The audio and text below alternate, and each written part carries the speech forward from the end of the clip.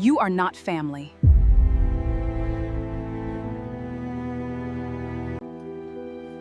Mom, please, just let it go tonight. You are not family. Lauren said it so calmly that for a second I wondered if I had heard her correctly. I was standing beside my son at his rehearsal dinner, about to join the family photograph, when his fiancée lifted one hand and stopped me. This picture is immediate family-only Zoe. I looked at Andrew, my only son, the boy I had raised, protected, and loved for 40 years. He lowered his eyes. Mom, please, just let it go tonight. So I did. I removed my corsage, placed it quietly on the table, and walked out of Magnolia Harbor without another word. The next morning, Andrew called me, his voice shaking. Mom, Magnolia Harbor canceled the wedding, and suddenly everyone thought I had done it. If someone you loved stood silently while you were told you weren't family, what would you do? Tell me in the comments. And if you believe respect matters even within families, please like this video and subscribe. There's much more to what happened that morning than anyone knew. 6 months before Lauren told me I wasn't family, I believed she might become the daughter I had never had.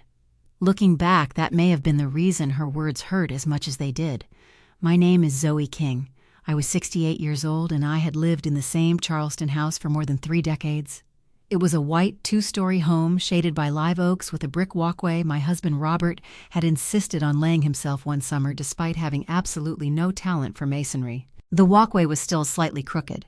I never fixed it. After Robert died, I found comfort in leaving certain imperfections exactly where he had left them. We had been married for 42 years. For most of those years, we had worked side by side building an event company from almost nothing. Robert loved contracts, logistics, and impossible deadlines. I loved people design and turning empty spaces into places where memories happened. Eventually, our little company became something neither of us had imagined in the beginning. But after Robert died, I stepped away. I sold most of my active interests, kept a few investments, and stopped attending the social events that had once filled our calendar. By the time I met Lauren Bennett, I was perfectly happy being known simply as Andrew's mother. Andrew was my only child. At 40, he worked as a project manager for a construction company in Charleston. He had Robert's height, Robert's stubborn chin, and unfortunately some of my tendency to avoid unnecessary confrontation. For years, I worried that Andrew had become too comfortable being alone. Then one Sunday afternoon, he called me. Mom, are you home? Where else would a 68-year-old woman be on a rainy Sunday? He laughed. I want you to meet someone. 20 minutes later, I was standing in my kitchen pretending I had not immediately changed my blouse and checked my hair twice. When Andrew arrived, Lauren was beside him. She was 35, elegant without appearing to try too hard, with dark hair falling neatly over her shoulders and the kind of confident smile that made you feel she had already decided how the evening would go. She carried flowers. Mrs. King, she said. Zoe. She smiled. Then you can call me Lauren. Andrew looked happier than I had seen him in years. That mattered more to me than anything else. Dinner went beautifully. Lauren asked about Andrew as a child. I told her how he once tried to build a treehouse using nothing but 2 boards and Robert's expensive drill. Andrew groaned. Mom? Lauren laughed. No, I need to know all of this. She asked about Robert too, and when I told her he had passed away 4 years earlier, her expression softened. I'm sorry, she said. Andrew talks about him all the time. There was nothing false about the sympathy I heard in her voice that night. That is important to say. People are rarely cruel every minute of every day. If they were, recognizing them would be easy. Before Lauren left, she hugged me. A few weeks later, she started calling me Mom Zoe. I liked her. More importantly, I liked who Andrew seemed to be around her. So when he called me 3 months later and asked me to come to dinner at a restaurant downtown, I suspected something was happening. I arrived to find Lauren staring at her left hand. The diamond answered my question before Andrew could. We're engaged, he said. I hugged my son first, then Lauren. For one brief moment, I felt Robert's absence so strongly that it almost took the air from my lungs. He should have been there. Andrew must have noticed because he squeezed my hand. Dad would have liked her, he whispered. I think so too, I meant it. That evening, Lauren talked excitedly about the wedding. Spring, Charleston. Maybe 200 guests. Something elegant but not ridiculous, as she put it. I offered to help. I spent half my life organizing events, I said. Use me. Lauren smiled. That's sweet, but Mom already has so many connections. I don't want you worrying about all that. It was the first time I noticed the difference between how Lauren spoke about her mother and how she spoke about me. Patricia Bennett had connections, I might worry. I dismissed it. A week later, I met Patricia properly. She invited us to brunch at a private club where she seemed to know everyone from the hostess to the general manager. Patricia was 62 and beautifully put together. She spoke warmly, but there was something remarkably efficient about the way she asked questions. Within 20 minutes, she knew how long I had lived in my house, whether I traveled, and when I had retired. At one point, she smiled across the table. "Andrew says you and your husband used to do something with events." Something with events. I nearly smiled. We did. That must have been interesting. It had its moments. Lauren leaned toward her mother. "Zoe's house is adorable, Mom. Very cozy." I looked at her. My house had 5 bedrooms, a detached carriage house, and enough land behind it that Robert once joked we could lose Andrew there for a weekend. But cozy was fine. Patricia nodded sympathetically. There's something wonderful about simplifying as we get older. Andrew shifted slightly beside me. I noticed. He noticed too. Still, neither of us said anything. Then Patricia began discussing wedding costs. She talked about flowers, catering, transportation, and photographers. Every number seemed designed to impress. Finally, she touched my wrist. "Zoe, please don't feel pressured to contribute beyond what's comfortable." I blinked. "I'm sorry retirement can be unpredictable. Lauren is our only daughter, and we've been preparing for this for years." Lauren quickly added, "Mom just means we don't want you stressed." There was that word again. Stress. Apparently, everyone was deeply concerned about protecting me from it. I glanced at Andrew. He gave me a small, apologetic smile. I could have corrected them. I could have told Patricia that Robert and I had spent decades building a business that had organized everything from corporate galas to 7-figure weddings. I could have explained that retirement had not made me financially fragile. I could have mentioned the investments Robert and I still held, or the properties, or the accounts I had no reason to discuss with anyone. But something stopped me. Maybe it was pride, maybe curiosity. Robert used to say that money had a strange effect on people. When they think you have it, he once told me, they show you one face. When they think you don't, sometimes you get to see the real one. So I smiled at Patricia. That's very considerate. Her shoulders relaxed. And that told me more than her words had. Over the following weeks, I noticed little things. Lauren stopped asking my opinion about venues because, according to her, Patricia had that handled. When I offered the name of a florist I had known for years, Lauren said they were looking for someone more current. When I mentioned a caterer, she thanked me politely and changed the subject. None of it was terrible. That was what made it difficult to explain. Every slight was small enough to excuse. Every comment came wrapped in a smile. And whenever I questioned whether I was imagining it, I remembered how happy Andrew looked, so I told myself not to interfere. Then one evening, Andrew and Lauren came to my house carrying champagne. Lauren could barely wait until I had poured 3 glasses. "We got it," she announced. "Got what, the venue?" Andrew grinned. "Mom, you're not going to believe this." Lauren pulled out her phone and turned the screen toward me. The photograph showed a long white mansion overlooking the Ashley River, framed by ancient live oaks and gardens glowing beneath strings of lights. For a moment I forgot to breathe. Magnolia Harbor Estate. I had not been there in nearly 3 years.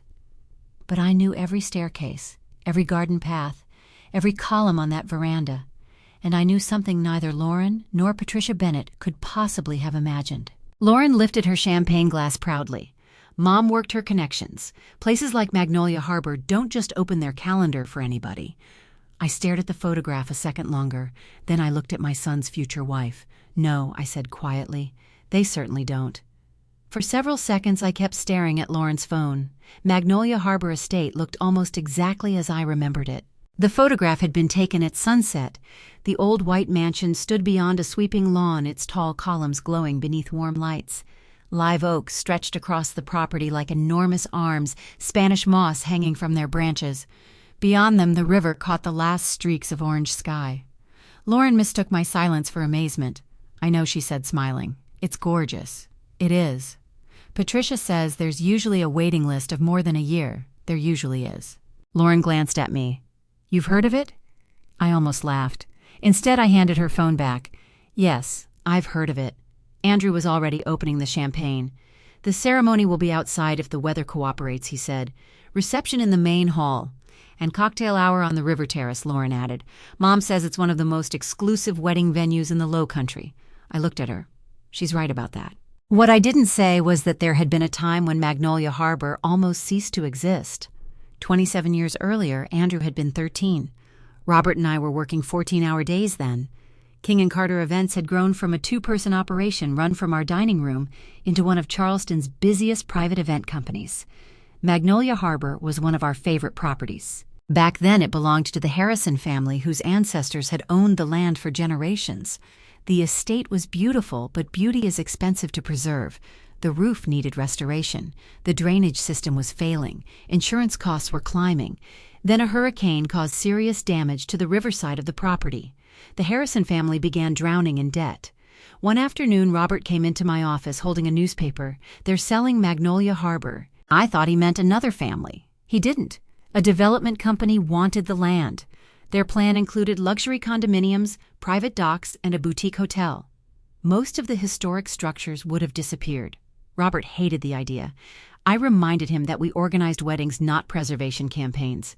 He gave me the look he always gave me when he had already decided something unreasonable. 3 months later, we were sitting around a conference table with attorneys, preservation specialists, members of the Harrison family, and several local investors.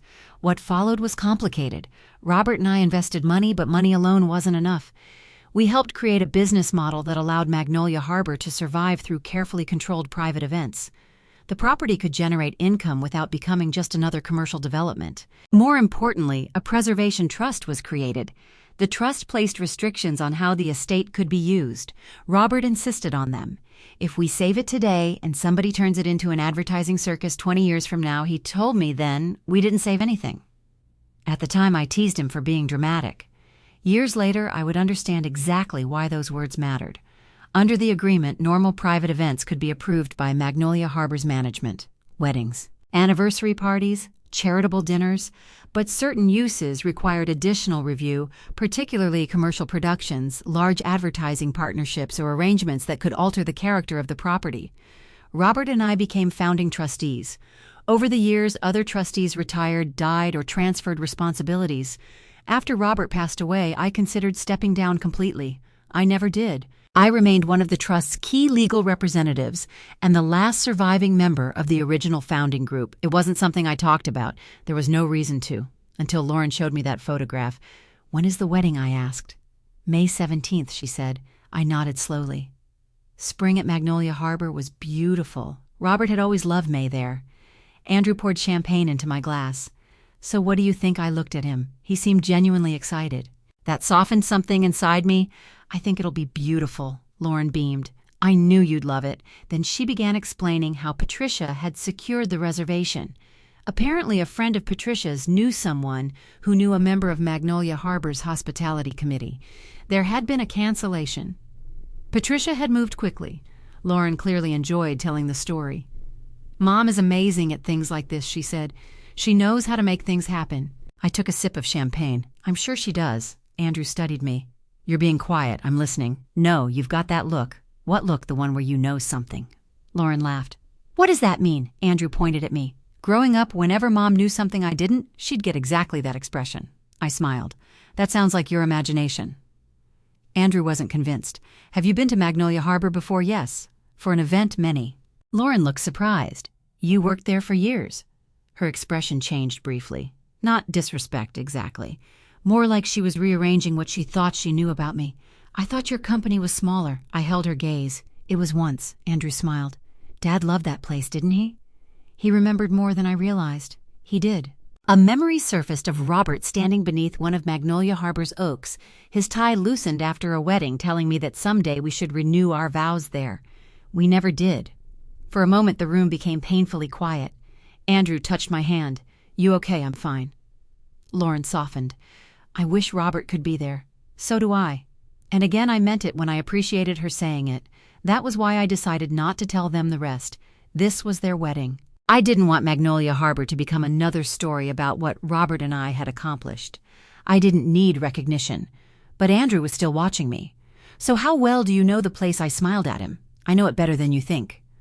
Lauren tilted her head. "Maybe you can tell me where the best photo spots are." I probably could. Her phone buzzed. She glanced down. "Mom's calling." Lauren walked toward the hallway. Andrew leaned closer. "What aren't you telling me?" "Nothing you need to worry about." He laughed softly. "That definitely means something." I touched his cheek. "It means I'm happy for you." And I was. That night after they left, I stood alone in my kitchen. Through the window I could see the old oak Robert had planted when Andrew was born. I thought about Magnolia Harbor, about the trust, about signatures on documents I hadn't reviewed in months. Then I shook the thought away. There was no reason for me to interfere. No reason to open old files. No reason to become anything other than the mother of the groom. At least that was what I believed then. I had no idea that before the wedding arrived, someone would put my name on a Magnolia Harbor document without ever asking me. At first, being left out happened so gradually that I could always find an excuse for it. Lauren had chosen her flowers before she remembered she had once asked me to come with her. The appointment got moved, she explained over the phone. It happened so fast. That's all right. Then came the tasting. I learned about that one because Andrew casually mentioned how much he had liked the crab cakes. What crab cakes, I asked. There was a pause. The tasting at Magnolia Harbor. Oh, I waited. Andrew seemed to realize his mistake.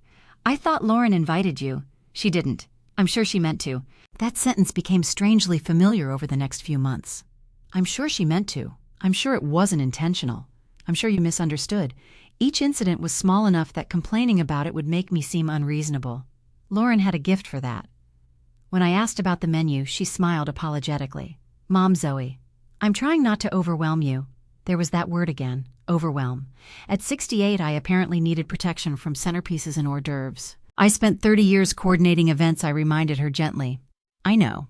That's exactly why I want you to relax and enjoy this one. It sounded thoughtful. Maybe that was why Andrew accepted it so easily.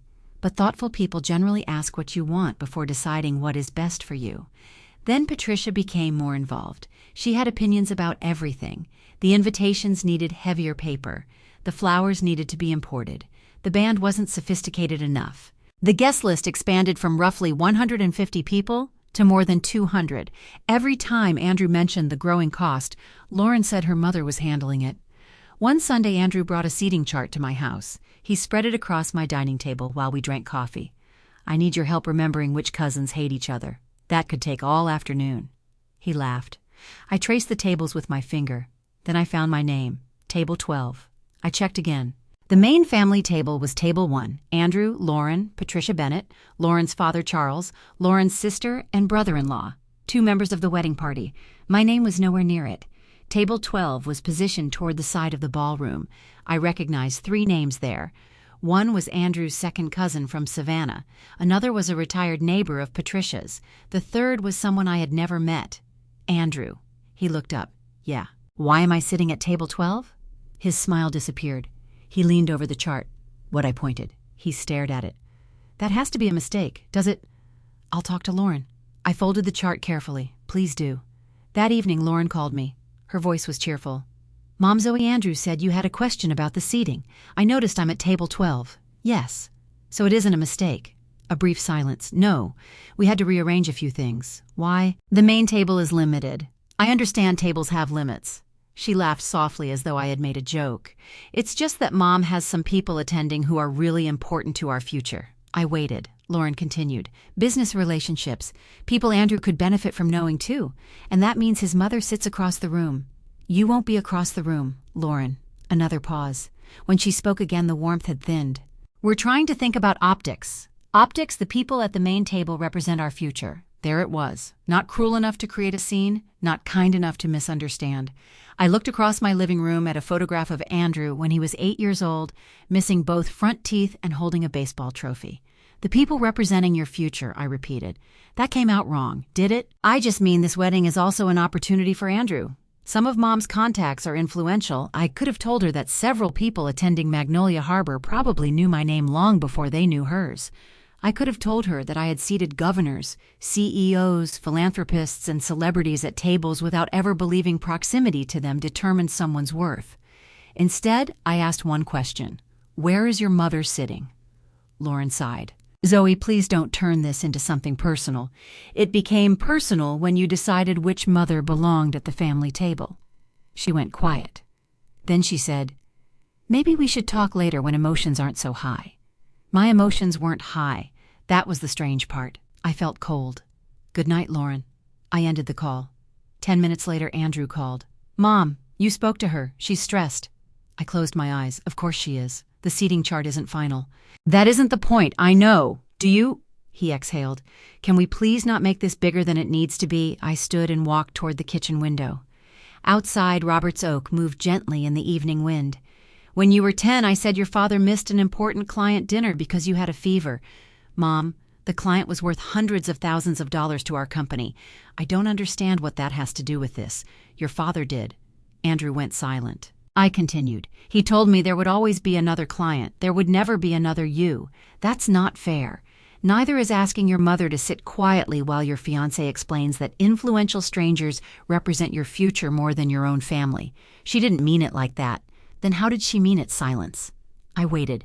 Andrew had no answer. Finally he said, "I'll fix the seating." I almost laughed. "Andrew, I don't care about the chair." "Then what do you want me to do? I want you to understand why it happened." He didn't. Not yet. A few days later, he texted me a revised seating chart. My name had been moved to table 3, not the family table. Closer. As though respect could be measured in feet. I stared at the message for a long time before putting my phone down. For months I had told myself Lauren was simply stressed, that weddings made people behave strangely, that none of this was worth damaging my relationship with my son. But sitting alone in my kitchen that night, I finally admitted something I had been avoiding. Lauren wasn't accidentally leaving me out. She was establishing my place. And every time Andrew asked me to overlook it, he was helping her do it. For the first time since their engagement, I wondered whether I was watching my son build a marriage by asking everyone around him to surrender whatever Lauren needed them to surrender. I just hadn't realized yet how much he would eventually ask me to give up. 2 weeks after the seating chart argument, Patricia invited both families to Sunday brunch at one of Charleston's most expensive waterfront restaurants. Her message called it a chance for everyone to reconnect before the final wedding madness. I almost declined. Then I thought about Andrew, so I went. Patricia had reserved a table beside the windows overlooking the harbor. She was already seated when I arrived, wearing pearls and a pale blue jacket with Lauren beside her. Andrew stood and kissed my cheek. "Thanks for coming, Mom. You sound surprised." He smiled awkwardly. "I'm just glad you're here. That told me he had been worried I wouldn't be." Charles Bennett, Lauren's father, greeted me warmly. Charles was quieter than Patricia and generally stayed out of wedding decisions. Sometimes I wondered whether he had spent 35 years learning the same survival strategy Andrew was now adopting. Stay quiet, avoid conflict, hope the storm passes. We ordered coffee. For the first 15 minutes, everything was pleasant. Then Patricia began talking about Magnolia Harbor. "I still can't believe we pulled it off," she said. Lauren smiled. "I told you Mom could get us in." Patricia waved a hand modestly. "Oh, please, you did," she turned toward me. "You probably don't realize how difficult Magnolia Harbor is to book Zoe. I have some idea. They turn people away constantly. So I've heard." Patricia leaned back with the satisfied expression of someone preparing to tell a favorite story. "I made 3 phone calls." Lauren laughed. 4? Was it 4? Definitely 4. Patricia smiled. "Well, relationships matter." I lifted my coffee. They often do. She missed the irony. Patricia explained how a friend knew someone connected to Magnolia Harbor's hospitality operation, how she learned about a cancellation before the date was widely released, and how quickly she moved. The trick, she said, is knowing who to call. Andrew glanced at me. For half a second, I saw amusement in his eyes. He remembered my comment from the night they announced the venue. "I know it better than you think," Lauren continued enthusiastically. "We're also upgrading the reception design." Andrew frowned. Mom and I talked about it yesterday. To what, nothing crazy." That phrase I had learned usually preceded something expensive.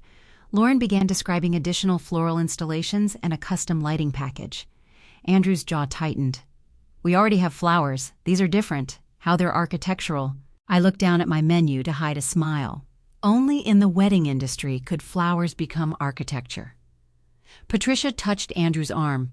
"Don't worry about details. Lauren deserves something extraordinary." Andrew forced a smile. "I want her to have something extraordinary. I'd just like to know what I'm paying for." Patricia's expression tightened briefly. Lauren changed the subject. "Magnolia Harbor photographs beautifully. That's what matters." I noticed that sentence. At the time, I didn't know how important it would become. Before I could think much about it, someone stopped beside our table. Mrs. King. I recognized the voice immediately. I looked up. Rebecca Collins stood there. She had managed Magnolia Harbor for almost 11 years. The last time I had seen her was at a Preservation Trust meeting nearly 3 years earlier. "Rebecca." Her face brightened. "I thought that was you." I stood and she hugged me. Not the polite social embrace Patricia had given me. A real one. "It's been too long," Rebecca said. "It has. How are you doing? Well?" She smiled. "I didn't know you were coming to Charleston events again." Patricia's expression changed, just slightly. Lauren was watching us carefully. "I'm not," I said. "This is family." Rebecca looked around the table. Then realization appeared on her face. "Oh, this must be Andrew." Andrew stood. "Yes, ma'am." Rebecca shook his hand warmly. "Your father talked about you constantly." Andrew blinked. "You knew my dad." Rebecca laughed. "Knew him?" "Robert King." Practically, I touched her arm. "Rebecca." She stopped. Our eyes met. She understood immediately. Practically lived at Magnolia Harbor. During some of our busiest seasons, she finished smoothly. That was true. Just not the whole truth. Lauren leaned forward. "You know Zoe from Magnolia Harbor?" Rebecca looked surprised by the question. "Of course." I gave Rebecca another look. She smiled politely. "Zoe and Robert worked with the estate for many years." Patricia tilted her head. I understood they were event planners. "We were," I said. Rebecca looked as if she wanted to add something. Instead, she turned back to me. "You should come by sometime. The board would love to see you." Lauren's eyes sharpened. "The board," I answered before Rebecca could. "Old business relationships." Rebecca studied me for a moment, then nodded. "Well, I won't interrupt your brunch." She squeezed my hand. "Call me, I will." As she walked away, silence settled over the table.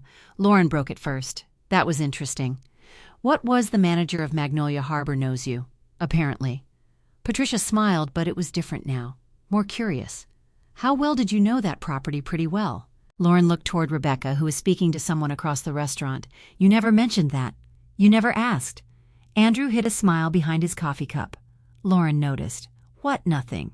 "Andrew." He laughed. "I told you Mom knew the place." Lauren turned back to me. "So why did Rebecca mention the board?" I buttered a piece of toast. "Charleston is smaller than people think." "That doesn't answer the question." "No," I said. "It doesn't." For the first time since I had met Lauren, she seemed uncertain around me. It lasted only a few seconds. Then Patricia began talking about invitations again, and brunch moved on. But something had changed.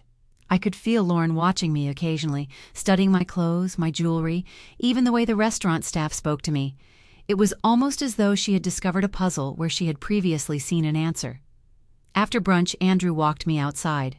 "You enjoyed that." "I have no idea what you mean." When Rebecca mentioned the board, I didn't say anything. "That's why you enjoyed it." I smiled. He kissed my cheek. Behind him through the restaurant window, I saw Lauren speaking intensely to Patricia. Both women glanced toward me. I didn't know what they were discussing. I didn't particularly care. But as I drove home, Rebecca's words returned to me. "The board would love to see you." I realized it had been too long since I had reviewed anything connected to Magnolia Harbor. For the first time in years, I wondered whether I should. What I didn't know was that while Lauren had begun asking questions about my history with Magnolia Harbor, decisions were already being made about her wedding that carried my name, and I had never approved any of them. 3 days after brunch, Andrew showed up at my house alone. I knew something was wrong before he even knocked. My son had always entered through the side door. He had done it since he was 16, back when Robert kept a spare key beneath a flower pot, even though I repeatedly told him that hiding a key beneath a flower pot defeated the purpose of having a lock. But that afternoon, Andrew rang the front bell. When I opened the door, he stood there holding 2 coffees. "Peace offering?" I asked. His mouth twisted into a tired smile. "Can I come in?" I stepped aside. We sat in the kitchen. For several minutes, Andrew talked about work. A construction project was behind schedule. One of his subcontractors had quit. Rain had delayed concrete work. I listened until he ran out of meaningless things to say. Then I asked, "Did Lauren send you?" "No." "Did she know you were coming?" He hesitated. "No, that interested me." I folded my hands around my coffee. "What happened?" "Nothing happened. Andrew." He looked down. "Lauren thinks you don't like her." I almost laughed. "Is that what this is about?" She said things have felt different since the seating issue. "The seating issue. Mom, please." I leaned back. "All right. Tell me what you want to tell me." He rubbed a hand over his face. "She's under a lot of pressure." There it was again. Pressure, stress, overwhelmed. Every word seemed to explain Lauren's behavior while somehow making my reaction the real problem. "I understand weddings are stressful," I said. "She wants everything to be perfect." "Perfect for whom? For everyone." "Does everyone include me?" He sighed. "That's not fair." "Then answer." He looked toward the window. I waited. Finally he said, She shouldn't have moved you from the family table. No, she shouldn't have. I told her that, and you're closer now. I stared at him. Andrew, I don't care whether I'm 12 feet from you or 40. I know. Do you? He said nothing. I lowered my voice. This isn't about a table. It's about what the table revealed. He frowned. What does that mean? Lauren told me the people sitting beside you represent your future. She phrased that badly. She phrased it honestly. That's not what she meant. Then tell me what she meant. Once again, silence. Andrew stared at the coffee cup between his hands. I watched him, and for a moment I didn't see a 40-year-old man. I saw the boy who used to sit at this same kitchen table struggling with math homework, waiting for Robert to come home because his father could explain fractions without losing patience. I loved that boy. I loved the man sitting in front of me, but love does not require blindness. Do you notice how she treats me? I asked. His eyes lifted. Yes. The answer surprised me. You do. He nodded reluctantly. Sometimes. And she can be focused. You know what I mean. I'm afraid I do. He leaned forward. Mom, Lauren isn't a bad person. I never said she was. She loves me. I believe she does. Then why does this feel like you're asking me to choose that hurt, Andrew? I have never asked you to choose between us. It feels like it. No. I'm asking you to notice when someone you love is disrespecting someone else you love. His jaw tightened. Patricia has been putting a lot of pressure on her, too. Then Lauren should deal with Patricia. It's not that simple. It actually is. He shook his head. You don't understand their relationship. Perhaps not, but I understand ours. He looked at me. I continued. For months, every time Lauren excludes me, you ask me to understand. Every time she says something hurtful, you explain why she's stressed. Every time I object, you ask me to make things easier. I'm trying to keep everyone happy. No, sweetheart, you're trying to keep Lauren happy. His face changed. I rarely called him sweetheart anymore. Perhaps that was why the words landed. I reached across the table. I'm not asking you to fight with your fiancé. I'm asking you to have a boundary. He pulled his hand away and stood. This is exactly what I didn't want. What a big emotional confrontation. I stared at him. We're sitting in a kitchen drinking coffee. You know what I mean. Yes, I said quietly. I do. Andrew paced toward the counter. The wedding is weeks away. Lauren barely sleeps. Her mother is driving her crazy. Vendors keep changing things. Can't we just get through this? And after the wedding, he stopped. I stood too. After the flowers are gone and the guests go home, what happens the next time Lauren decides I don't fit the image she wants? She wouldn't do that. She already has. Mom, do I keep making myself smaller so your marriage stays peaceful? He turned toward me. For a moment, neither of us spoke. His expression shifted from frustration to something almost like guilt. I thought he finally understood. Then he said, why does everything have to become a principle with you? I felt something inside me go still. It doesn't. It feels like it does. I'm asking for basic respect, and I'm asking you to give her some grace. How much? He blinked. How much grace requires me to disappear? That's dramatic, is it? He grabbed his keys from the table. I watched him. You came here because you wanted me to tell you everything was fine. No, yes. You wanted me to make this easy for you. His face hardened. Mom, I just need you not to make this about you. The room became completely silent. He seemed to regret it almost immediately. Mom, it's all right. No, that came out wrong. Did it? He looked down. I walked to the door and opened it. Andrew hesitated before leaving. I love you too. That was the tragedy of it. Love was never the question. After he drove away, I went into the living room and picked up a photograph of Robert. It had been taken at Magnolia Harbor years ago. Robert was laughing, one arm around my waist, his tie crooked. What would you tell him? I whispered. I could almost hear Robert's answer. Stop making it easy for him to avoid what is difficult. That evening I understood something I had been reluctant to admit. Lauren could only push me as far outside the family as Andrew allowed her to. And my son had begun holding the door open. That night I slept badly. Andrew's words kept returning whenever I closed my eyes. Mom, I just need you not to make this about you. By 6 the next morning, I gave up trying to sleep. I made coffee, carried it upstairs, and walked into Robert's old study. I had changed very little in that room after he died. His books still filled the shelves. His old brass desk lamp still leaned slightly to the left. Even the wooden box he used for important papers remained inside the bottom cabinet. For years I had avoided opening it unless necessary. That morning I pulled it out. The smell of paper and cedar brought back memories before I had even lifted the lid. Insurance policies, old corporate records, property documents. Then I found the folder. Magnolia Harbor Preservation Trust. Robert had written the label himself. I sat at his desk and opened it. The first photograph inside had been taken 27 years earlier. Robert and I stood on Magnolia Harbor's veranda with 6 other people. We looked exhausted and ridiculously young. That photograph was taken the afternoon the preservation agreement was finalized. Saving Magnolia Harbor had never been as simple as writing a check. The Harrison family had needed capital, but investors wanted protection. Preservation groups wanted restrictions. The county wanted assurances. Everyone wanted something different. Robert somehow convinced them to sit at one table. Our event company became part of the solution because private functions offered Magnolia Harbor a sustainable source of revenue. Weddings could pay for roofs. Corporate dinners could pay for landscaping. Charity galas could fund restoration. But Robert had one fear. He didn't want financial survival to become an excuse for turning the estate into a commercial stage. So the Preservation Trust was created. I turned through the old documents. There it was. Private social events could be approved through ordinary management procedures.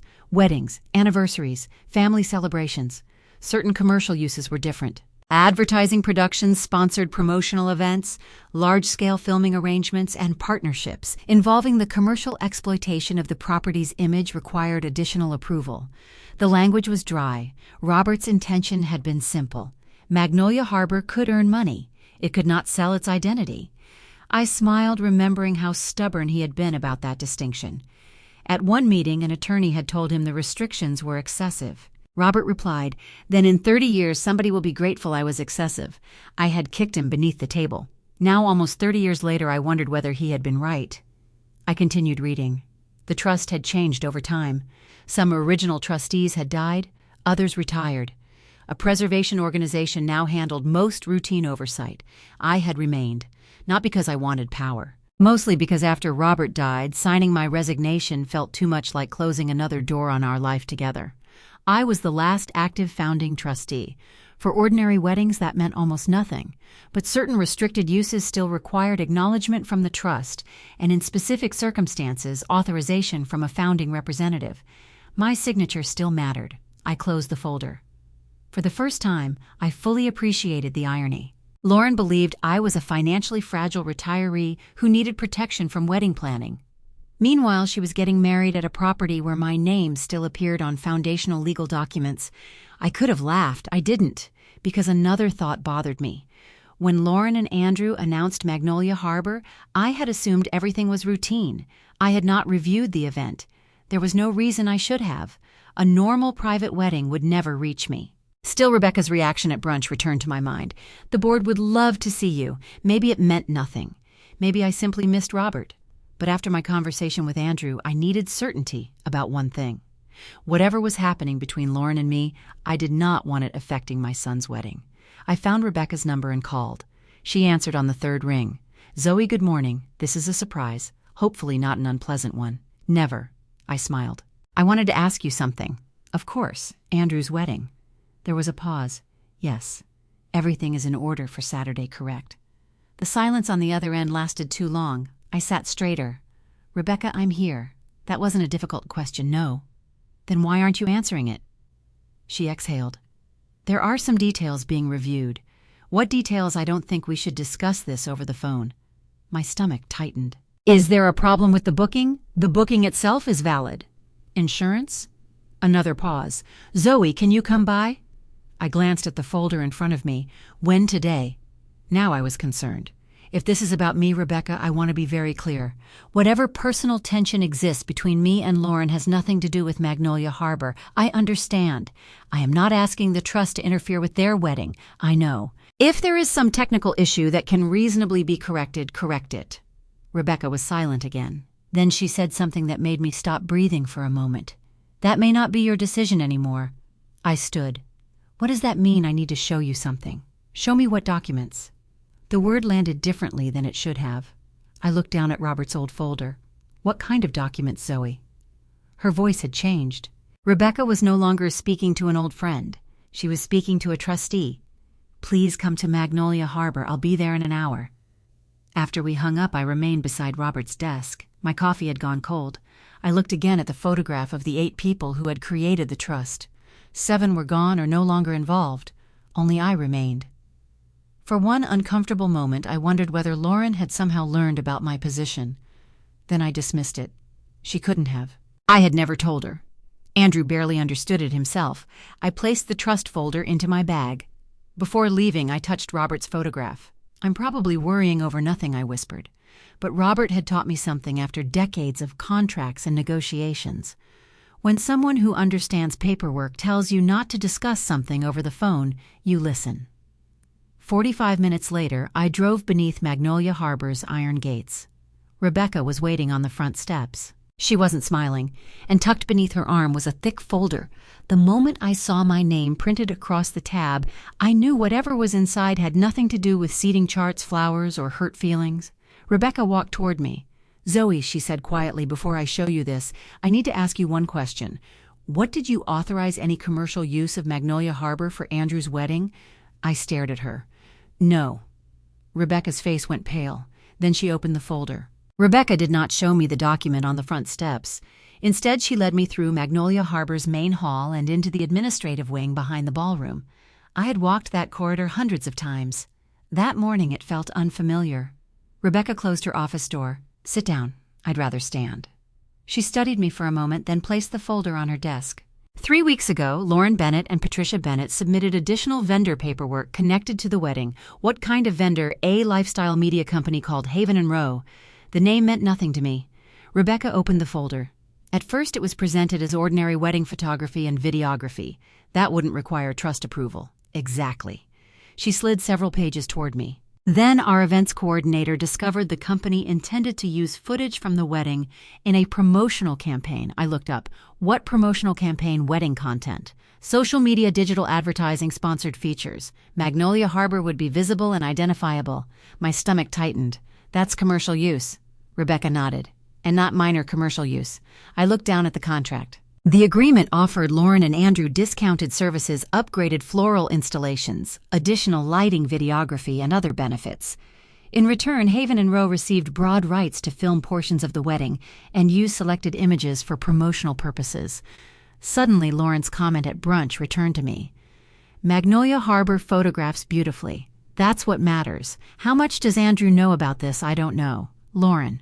Her name is on the agreement." I turned another page. Patricia's name appeared too. I felt anger rising, but I forced it down. A commercial arrangement was foolish. It was not automatically catastrophic. There should have been a secondary review. There was. And Rebecca's expression told me there was more. The media company was informed that commercial filming required approval under the preservation restrictions. I nodded. That's standard. They submitted approval. I stared at her.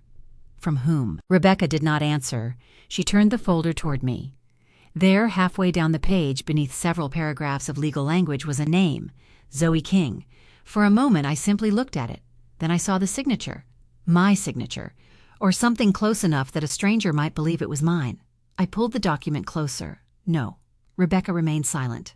"I didn't sign this. I was afraid you'd say that." "I have never seen this document. I believe you." I examined the signature again.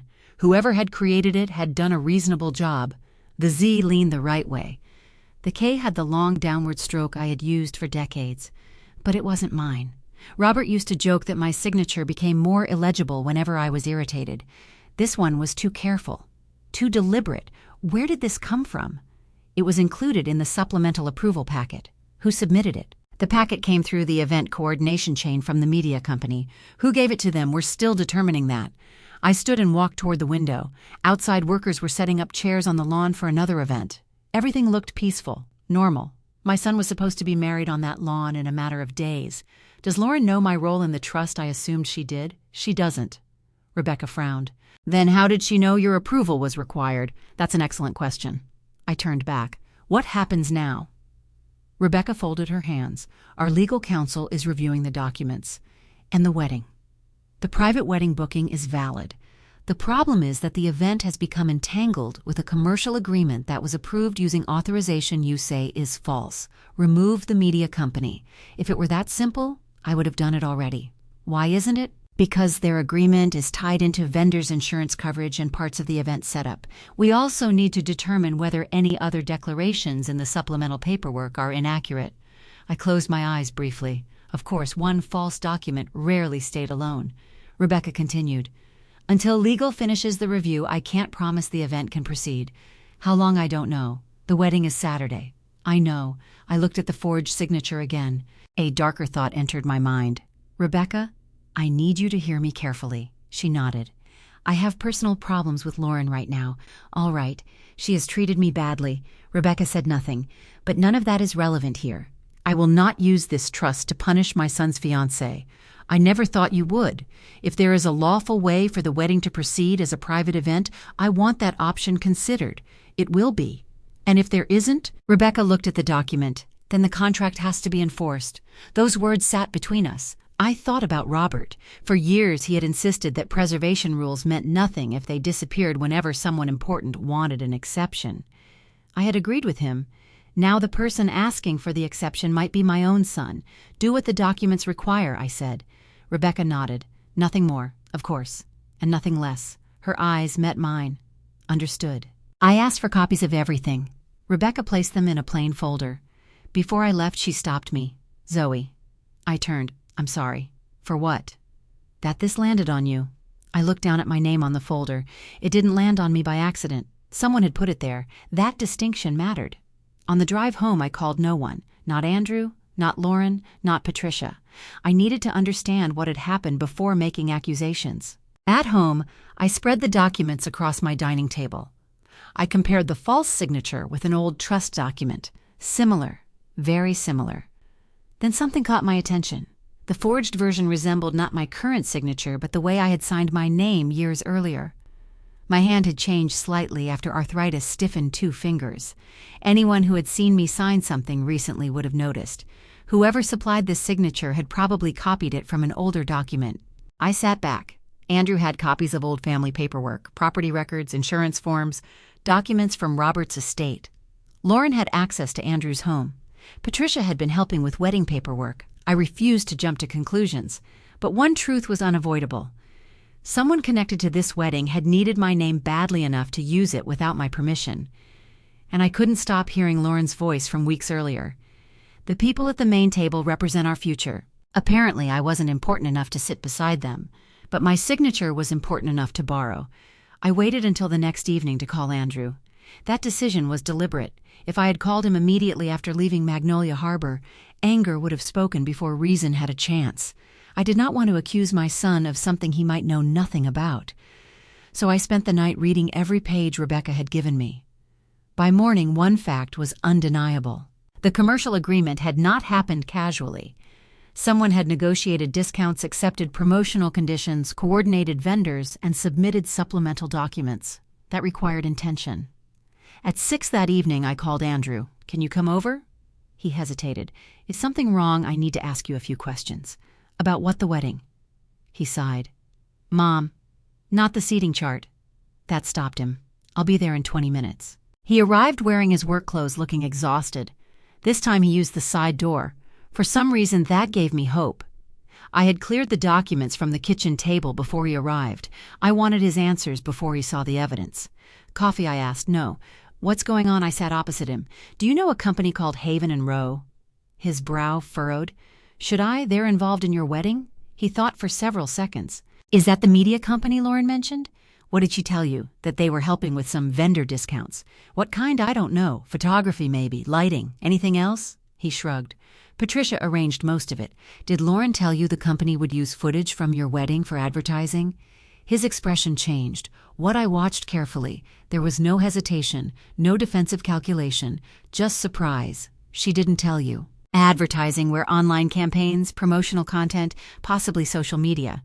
Andrew sat back. Wait, they're filming our wedding for commercials, something close to that. No. The answer came immediately. I agreed to a videographer. I didn't agree to our wedding becoming an advertisement. That told me what I needed to know. Andrew might have been avoiding difficult truths, but he had not knowingly approved this one. Did you sign anything 1,000 things?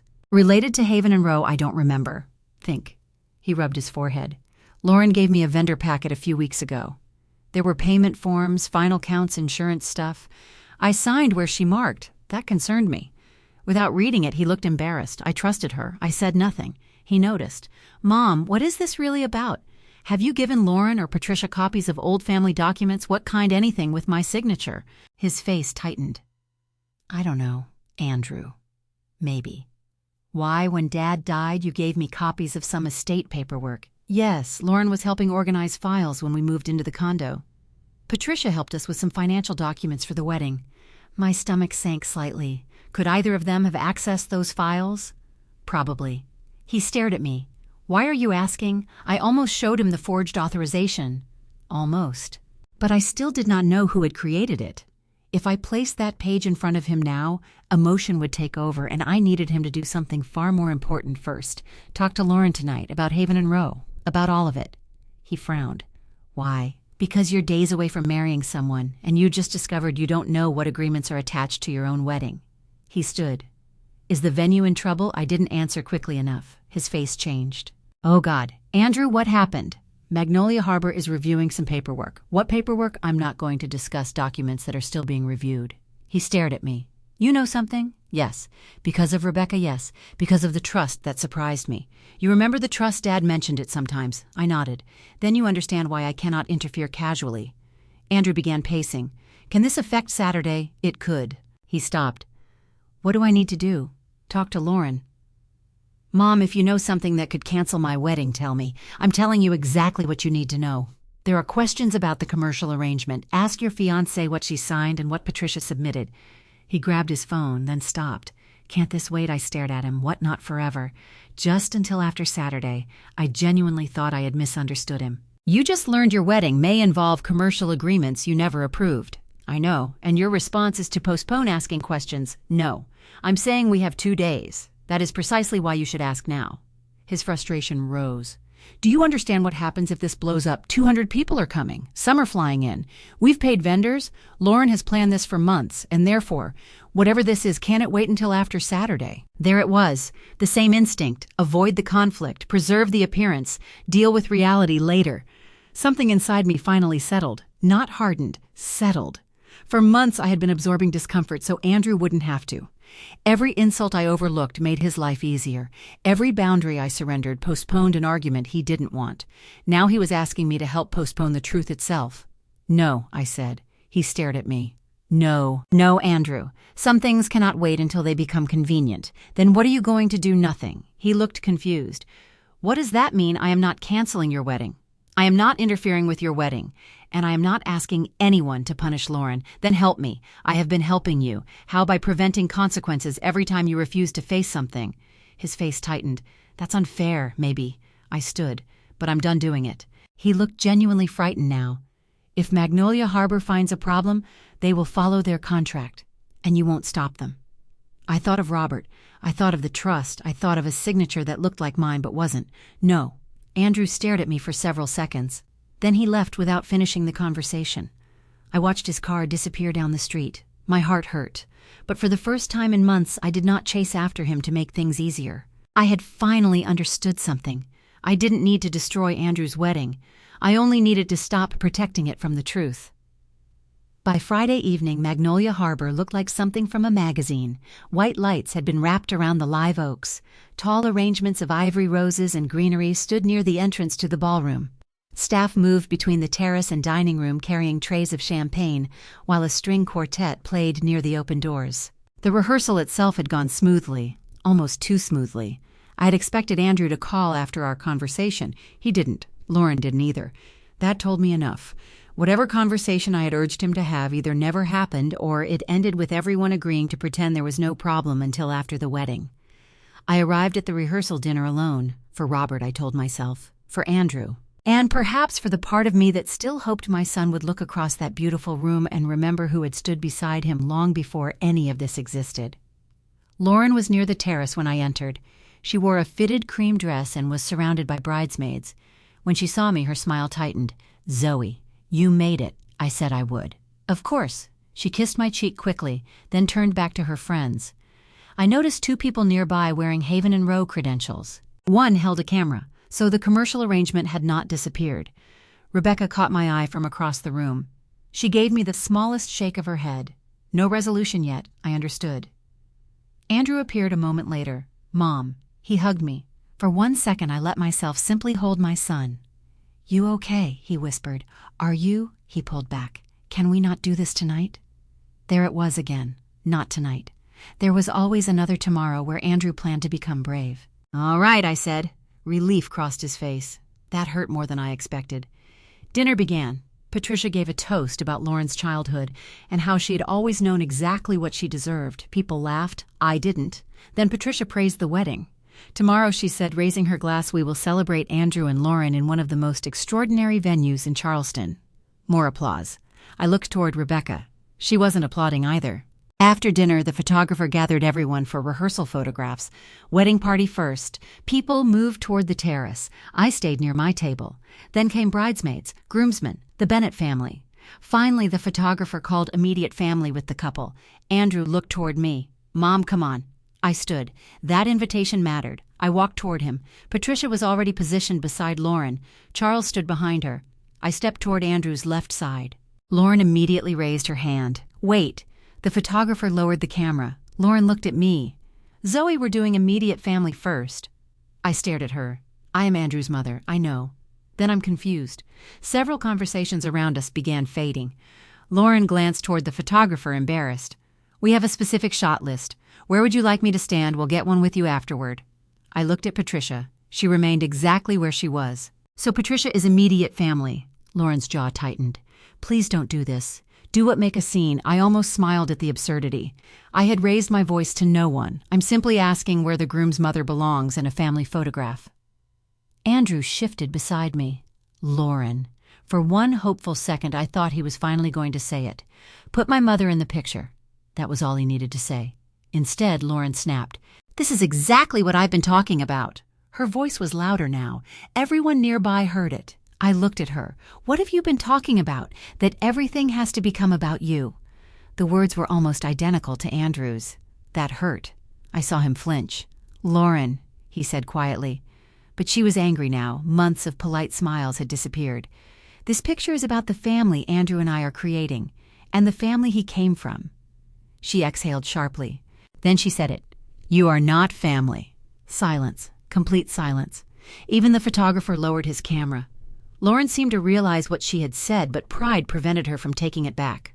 I looked at Andrew, my only son, the little boy whose scraped knees I had bandaged, the teenager Robert and I had stayed awake waiting for, the man I had loved before Lauren knew his name. I waited. Andrew's face had gone pale. "Mom," I said nothing. He looked at Lauren, then back at me. "Please," he whispered, "just let it go tonight." Something inside me broke very quietly. Not my love for him. Something else. The belief that if I waited long enough, he would eventually defend me without being forced. I looked down at the small white corsage pinned to my dress. Lauren had given it to me earlier, mother of the groom. I removed it. Then I placed it on the edge of the nearest table. "Enjoy your photograph," I said. "Mom." I walked away. No shouting. No tears, no dramatic goodbye. Behind me, someone called my name. I kept walking. Rebecca caught up with me near the hallway leading toward the front entrance. "Zoe." I stopped. Her expression was grave. "Legal finished the review. I already knew from her face. There are unresolved insurance declarations tied to the commercial agreement," she said quietly. "And without valid trust authorization, we can't approve the commercial use. What about separating it from the wedding?" "We tried. The agreements are too intertwined at this stage. Counsel says the estate cannot proceed unless the deficiencies are resolved before tomorrow." I closed my eyes. Andrew's wedding. My son's wedding. Despite everything, part of me wanted to say fix it. Make an exception. I could call someone. I could ask the trust to waive the restriction temporarily. Maybe I could save the day. Then I thought about the forged signature, the hidden agreement. Andrew asking whether the truth could wait until after Saturday. Rebecca spoke carefully. "Do you want me to proceed?" I opened my eyes. With what? The contractual notice. For a moment I could hear Robert as clearly as if he were beside me. Rules that disappear when they become inconvenient aren't rules. I looked back toward the ballroom. Through the doorway I could see Lauren arranging everyone for another photograph. Andrew stood beside her. He looked miserable. I loved him. That had not changed. But love could not mean making every consequence disappear. "Follow the contract," I said. Rebecca held my gaze. "Are you certain nothing more?" I picked up my purse, and nothing less. Then I walked out of Magnolia Harbor. The next time my phone rang, it was 6:17 the following morning. Andrew was crying. At 6:17 Saturday morning, my phone began vibrating across the nightstand. I had been awake for almost an hour. Sleep had come in fragments after I left Magnolia Harbor. Every time I closed my eyes, I saw Lauren raising her hand to stop the photographer. Then I saw Andrew lowering his eyes. "Mom, please, just let it go tonight." The phone kept ringing. "Andrew," I answered. "Hello." For a moment, all I heard was breathing. Then my son said, "Mom, Magnolia Harbor canceled the wedding." His voice cracked on the last word. I sat upright. Canceled. "They won't let the vendors in." Security stopped the floral truck at the gate. Lauren's coordinator says the venue issued some kind of suspension notice last night. I closed my eyes. Rebecca had followed the contract. What reason did they give you? Commercial use violations, insurance problems, something about invalid approval. He stopped. Then his voice changed. "Mom, did you do this?" The question hurt, even though I had expected it. "No, but you knew." "I knew there was a review. You could have told me they were going to cancel. I told you the venue was reviewing serious paperwork. You didn't say this. I asked you to talk to Lauren." Silence. "Did you?" Another silence. That answered me. "I have to go," Andrew said. The call ended. I remained on the edge of my bed. For perhaps 30 seconds I considered calling Rebecca. Not to reverse anything, just to ask whether some last-minute correction remained possible. Then I stopped myself. That was the pattern. Andrew faced a consequence. I searched for a cushion. He panicked. I solved.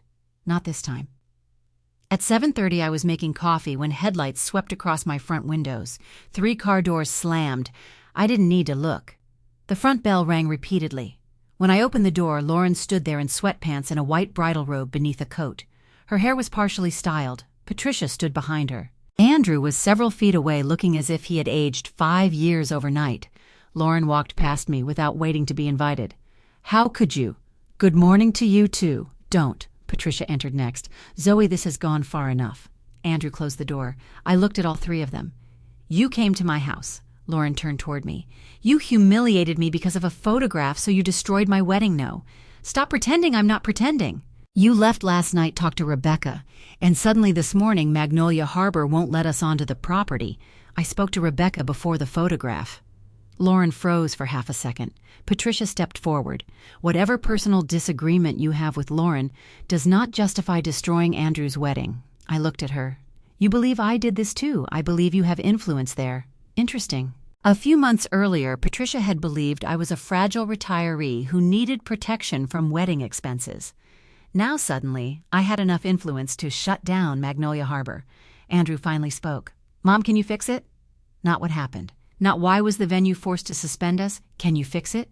I looked at him. "Before we discuss fixing anything, I think we should discuss why it happened." Lauren threw up her hands. "We know why. You told them to cancel." "No." "Then prove it." "All right." I walked toward the dining room. The folder Rebecca had given me was still in the cabinet. I brought it back and placed it on the table. Lauren stared at it. Patricia did not. That was the first thing I noticed. "Sit down," I said. "I don't want to sit down." Lauren snapped. "Then stand." I opened the folder. The wedding was approved as a private social event. Andrew nodded impatiently. "Yes." Then Haven and Rowe became involved. Lauren's expression changed. "They're vendors." "No, they're a commercial media partner." Patricia crossed her arms. "That distinction is ridiculous, not according to the contract." Lauren looked at Andrew. "It was just promotional content." Andrew stared at her. "You knew it wasn't a big deal. You told me they were giving us discounts." "They were. You didn't tell me they were using our wedding for advertising." Lauren's face reddened. "Because you would have overreacted." I almost laughed at the familiarity of that logic.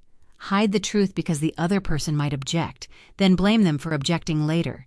I turned another page. "Magnolia Harbor requires additional approval for commercial use," Patricia said quickly, "which was obtained." I looked at her. The room became very quiet. "Yes," I said. Apparently it was. I pulled out the authorization. I placed it on the table. Andrew leaned forward. Lauren didn't move. Patricia's face lost color. I pointed to the bottom of the page. "My name." Andrew looked at it, then at me. "And your signature." "No." He frowned. "What?" "That is not my signature." Lauren's lips parted. Patricia looked toward the window. Andrew picked up the document. "What are you saying?" "I'm saying I never saw this form until Rebecca showed it to me." He stared at the page again. "Someone signed your name. Someone used a version of my signature." Lauren shook her head quickly. I didn't do that. I haven't accused you. You're looking at me like you have. I'm looking at everyone in this room because this document was submitted for your wedding. Patricia finally spoke. It may have been an administrative mistake. I turned toward her. Administrative mistakes don't reproduce old signatures. Her eyes met mine. There it was. Fear. Andrew noticed it too. Patricia. She said nothing. Lauren turned. Mom Patricia reached for her purse. This is not the time. Andrew stepped between her and the doorway. No. His voice was different now. Not loud. Firm. For once he wasn't trying to smooth anything over. He held the document up. My wedding was canceled this morning. Someone put my mother's name on this without her permission. Patricia looked at him. Then at Lauren. Then at me. I thought about the rehearsal dinner. You are not family. I placed both hands on the table. Before any of you blame me for what happened this morning, I said I want one question answered. Nobody spoke. I tapped the forged signature. Why is my name on a document I never signed? Lauren stared at her mother, and Patricia could no longer look me in the eye. Patricia was the first person to look away. That small movement told me more than any confession could have. Lauren stared at her mother. Mom Patricia tightened her grip on her purse. This has been blown completely out of proportion. Andrew held up the authorization. Did you do this, Andrew? Lower your voice. I'm not raising my voice. That was true. He was frighteningly calm. Did you put my mother's signature on this document? Patricia looked at me. It wasn't like that. I felt my stomach turn. Those 4 words were almost always followed by an explanation designed to make wrongdoing sound reasonable.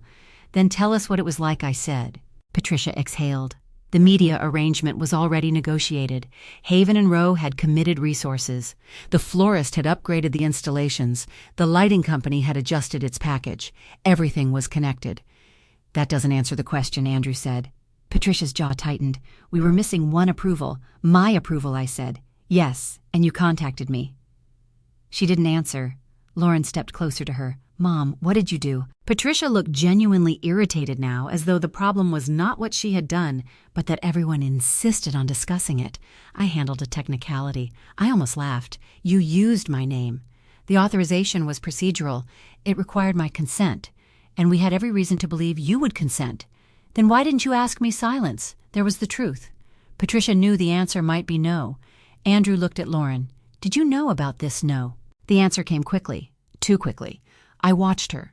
Did you know additional approval was required? Lauren looked at me. That's different. Andrew's face changed. Lauren, I knew Magnolia Harbor wanted another form.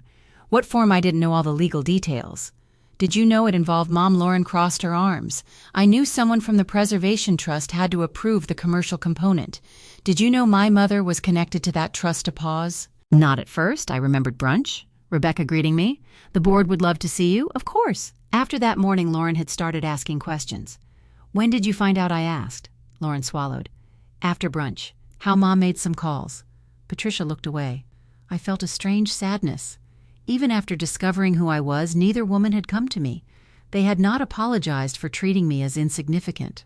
They had simply discovered that the insignificant woman possessed something they needed. A signature. So you knew, Andrew said. I knew your mother had some historical connection. Historical, I almost admired her commitment to minimizing things. Lauren continued. Mom said she could handle the paperwork. And you never asked how I had a wedding to plan? Andrew stared at her. So you didn't want to know. That's not fair. Apparently fairness isn't our biggest problem today.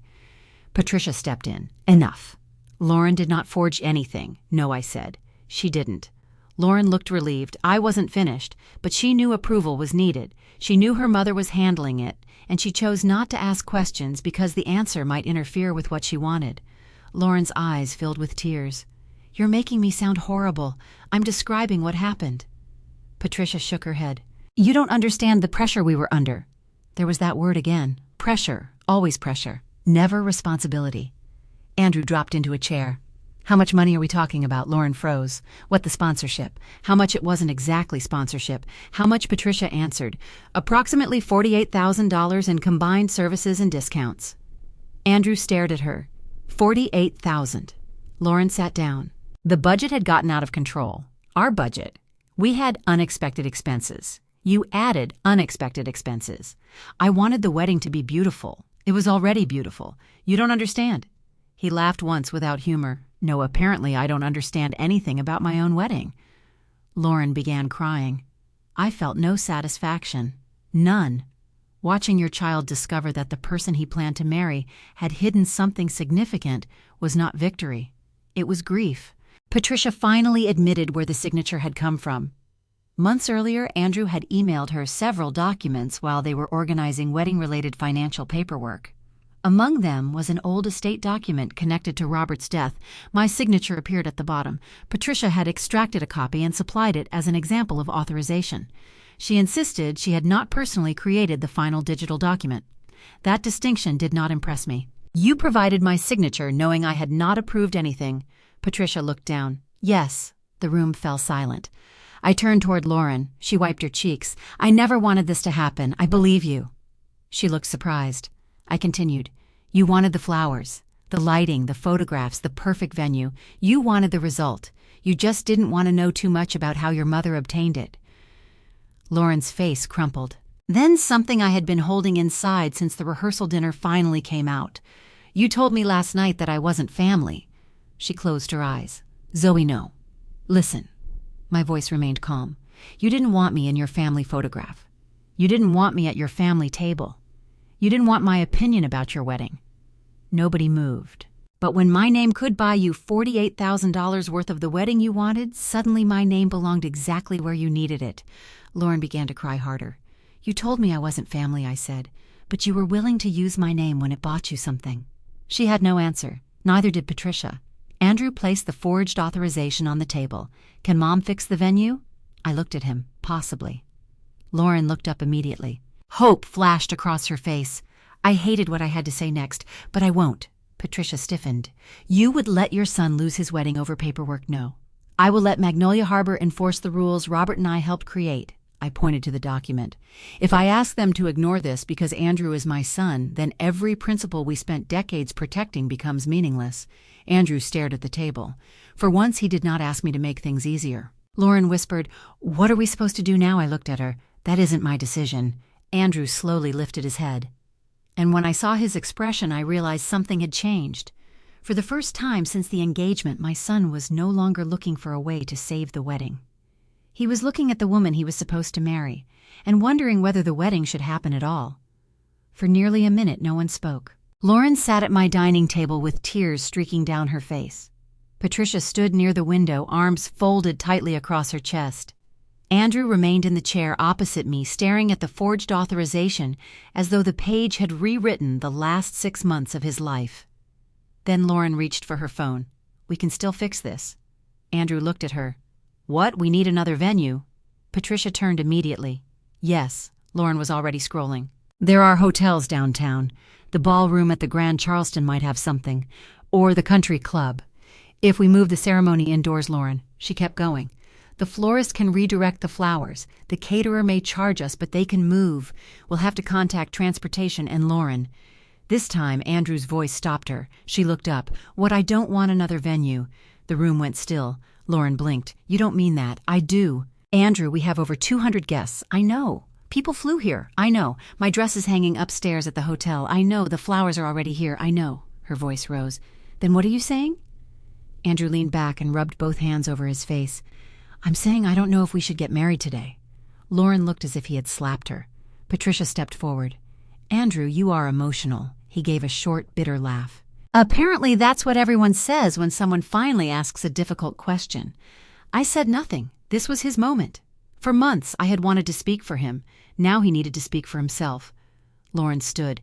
You're canceling our wedding because my mother made a mistake? No. Then why? Andrew looked at her for a long time. Because I'm realizing this isn't one mistake. Lauren's expression changed. He continued. The seating chart. She looked away. The vendor agreements you didn't tell me about. I was trying to save money. The sponsorship. I told you the way you've treated my mother. Lauren's eyes snapped back to him. There it is. What this is about Zoe. No, she pointed toward me. She has been against this wedding for months. I felt anger rise, but Andrew answered before I could. No, she hasn't. Lauren stared at him. She offered to help you. That doesn't mean she stayed quiet when you excluded her from planning. She stayed quiet when your mother talked down to her. She stayed quiet when you moved her away from the family table. Lauren shook her head. Andrew, and last night you told my mother she wasn't family. Lauren's face reddened. I was angry. I know. I didn't mean it. I know. Then why are you doing this? Andrew looked down. Because I stood there. His voice became quieter. "I stood there while you said it." That silenced everyone. He looked at me, and when Mom waited for me to say something, I told her to let it go. His eyes filled. "I keep doing that." I swallowed hard. "Andrew?" He shook his head. "No, Mom, let me finish." So I did. "Every time something became uncomfortable, I asked you to absorb it. When Lauren moved you from the table, I asked you not to make it a big deal. When she excluded you, I said she was stressed. When you tried to talk to me, I told you not to make the wedding about yourself." He wiped his eyes. "And when you warned me there was a problem with the paperwork, I asked if it could wait until after Saturday." Lauren sat down again. Andrew looked at her. "I've spent months trying to keep everything peaceful." But it wasn't peace. It was avoidance. Patricia interrupted. "None of that means you should throw away your relationship." "I'm not throwing it away."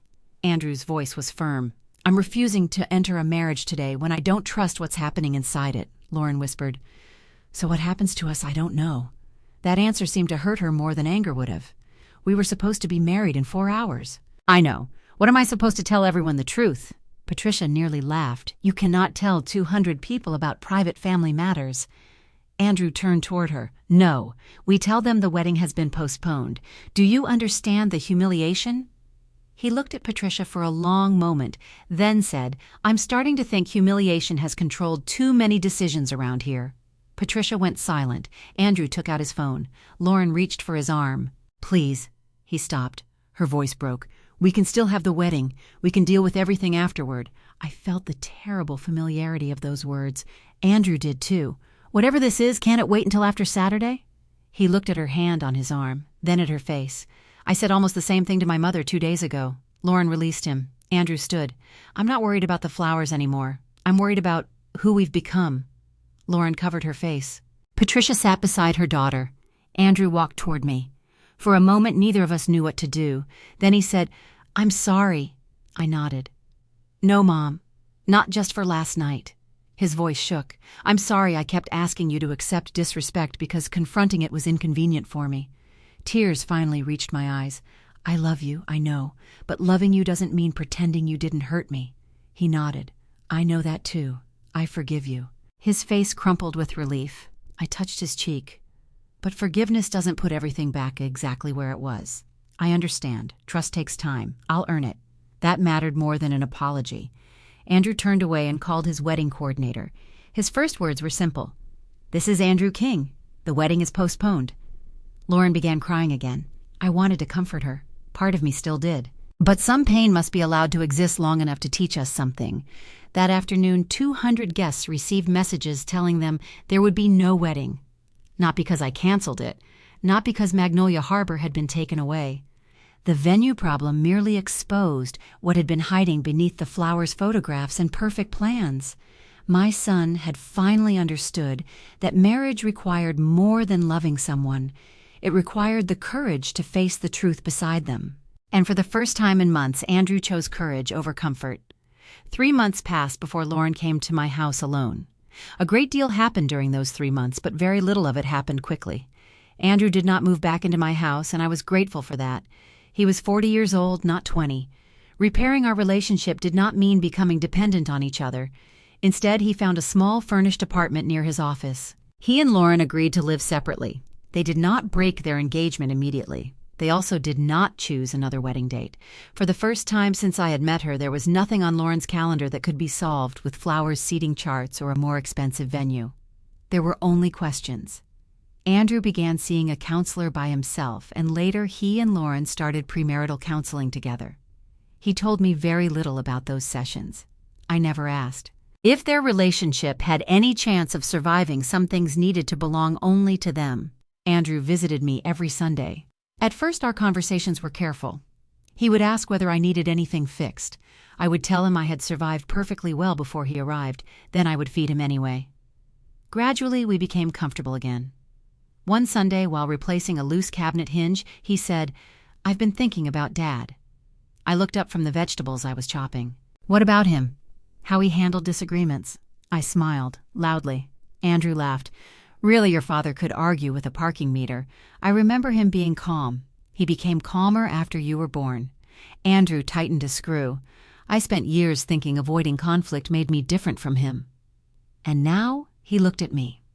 I think I confused avoiding conflict with being kind. That was the first moment I knew something inside my son had genuinely changed. Patricia sent me a handwritten apology about 6 weeks after the canceled wedding. It was 3 pages long. She admitted she had used my old signature without permission and had convinced herself the result justified the shortcut. I read it twice. Then I placed it in Robert's desk. I did not respond immediately. An apology deserved acknowledgement. It did not automatically deserve access. Then on a warm Tuesday afternoon in August, my doorbell rang. Lauren stood outside. No Patricia. No Andrew, no elaborate dress. She wore jeans and a simple white blouse. Her hair was pulled back. She looked tired. "Hi." "Hello, Lauren. Can I come in?" I hesitated, then stepped aside. She followed me into the kitchen. For several seconds, she stood near the table where her wedding had effectively ended 3 months earlier. "Would you like coffee?" "No, thank you." "Tea." She shook her head. "All right." I sat. Lauren sat opposite me. Her hands were trembling. "I'm not here to ask you to get Magnolia Harbor back. I didn't think you were. I need you to know that. I do." She looked down. "I've practiced this conversation about 50 times. That usually means the real one will sound nothing like the practice." For the first time, she almost smiled. Then her expression broke. "I'm sorry." I waited. "I'm sorry for what my mother did with your signature. I'm sorry I knew she was taking shortcuts and didn't ask questions." Her eyes filled. "And I'm sorry for how I treated you." I remained quiet. Lauren continued. "I kept telling myself you didn't understand the kind of wedding I wanted. That was probably true." She nodded, "But that wasn't really the problem. What was?" She took a breath. "I thought the wedding proved something about me, that I mattered." The answer surprised me. Lauren looked embarrassed. "My mother always cared about appearances, schools, clothes, houses, who you knew, who invited you where." She wiped her cheek. "I grew up thinking being respected meant being impressive. I thought of Patricia at brunch. Relationships matter," Lauren continued. "When Andrew proposed, I wanted everything to look like I had made it. Magnolia Harbor became part of that, and I didn't fit the picture." She closed her eyes. "No." The honesty hurt. "But I respected it more than another excuse. You thought I was ordinary." "Yes. You thought I had nothing useful to offer." Her voice dropped. "Yes, and when you discovered my connection to Magnolia Harbor, I started looking at you differently. Because you respected me?" Lauren shook her head slowly. "No, because suddenly you were useful." That answer silenced me. She looked directly at me.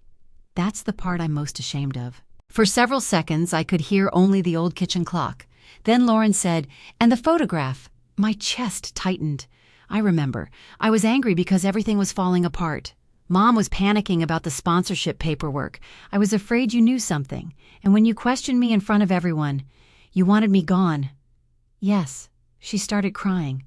"But saying you weren't family was cruel." I let the silence remain.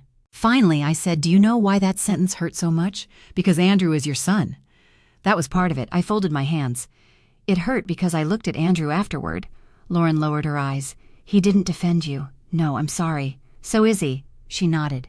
"I know." I studied her. "Lauren, I can forgive what you said." Her eyes lifted. "But forgiveness is not the same as pretending it never happened." "I understand. Do you?" "I'm trying to." I leaned forward. "Trust isn't rebuilt by an apology. It's rebuilt by what you do after it." She swallowed. "Then I'll show you. That may take time. I know. And Andrew has to decide for himself whether he trusts you enough to marry you." I know that too. There was no argument, no defense, no Patricia explaining why Lauren was under pressure. Just accountability. When Lauren stood to leave, she paused at the doorway. "I don't expect you to call me family." I looked at her. "Not yet." She nodded. Then something softened inside me. "But you came here alone today." Lauren looked back. "That's a beginning." Her eyes filled again. This time she smiled. After she left, I stood on the porch watching her drive away. I had expected satisfaction if Lauren ever apologized. Instead, I felt something quieter. Hope. Not because everything was repaired. It wasn't. But healing rarely begins when everyone forgets what happened. Sometimes it begins when people finally stop defending what they did. And for the first time, Lauren had walked into my house without trying to impress me, use me, or control the outcome. She had simply told me the truth. Now we would see what she chose to do with it.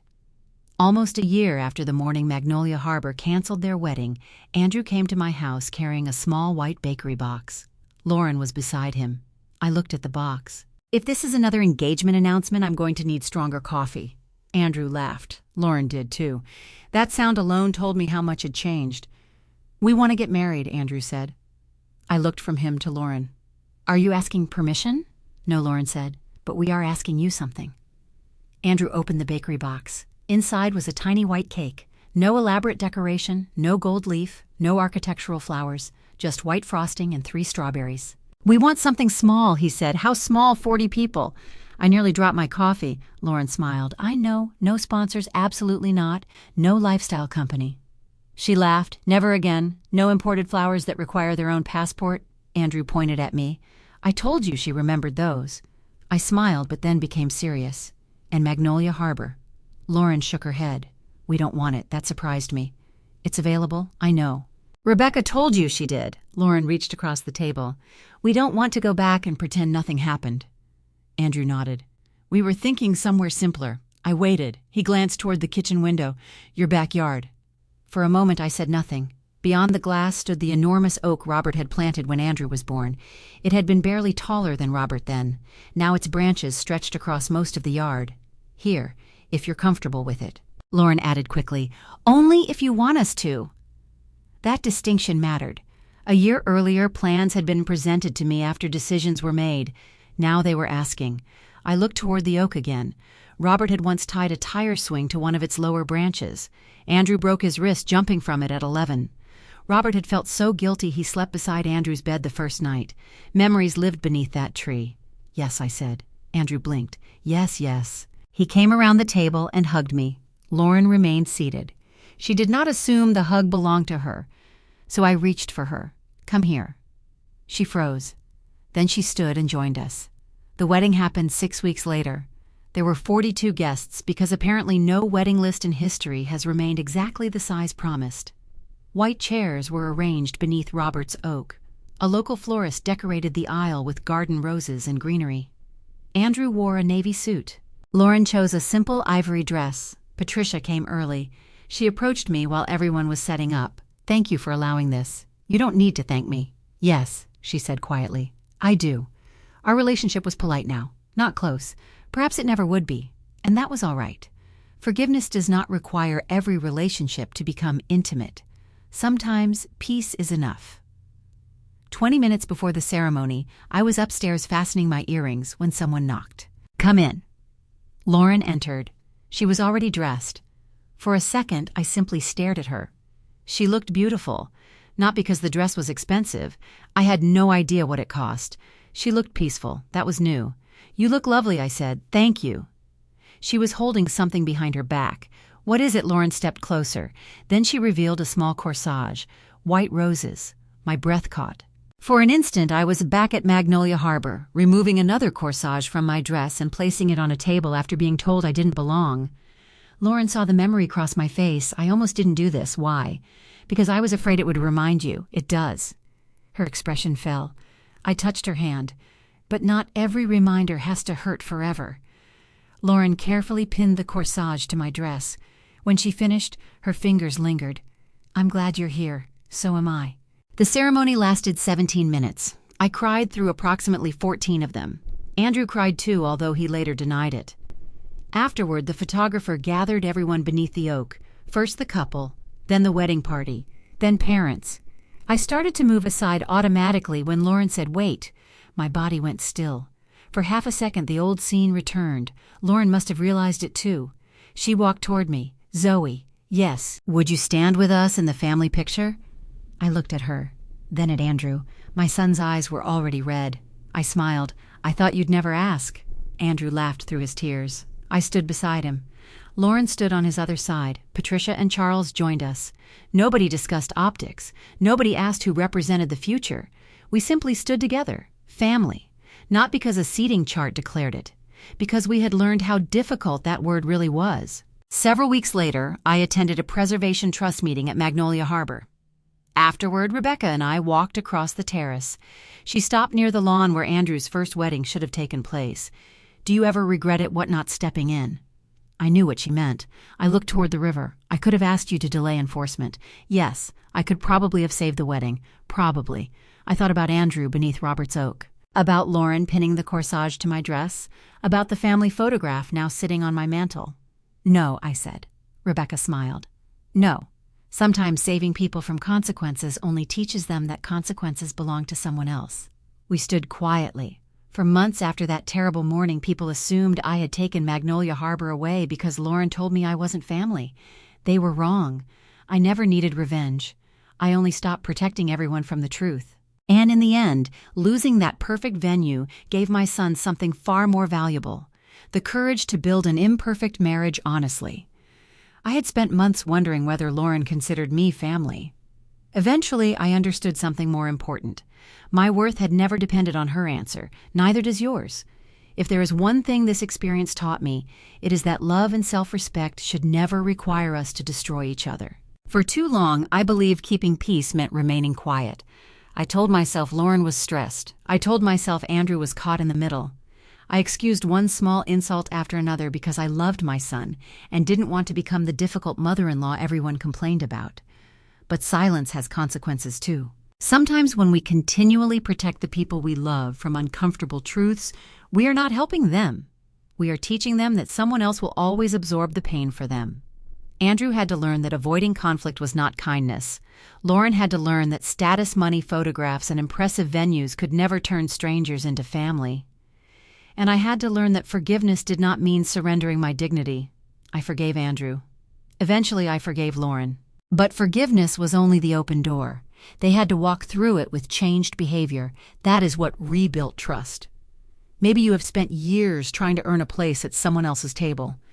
Maybe a son-daughter, daughter-in-law, sibling, or even an old friend has made you feel as though your value depends on what you can provide. Please remember this: your dignity does not require anyone else's permission. You should never need money, influence, property, or a useful signature before someone decides you deserve respect. And sometimes the strongest response to disrespect is not revenge.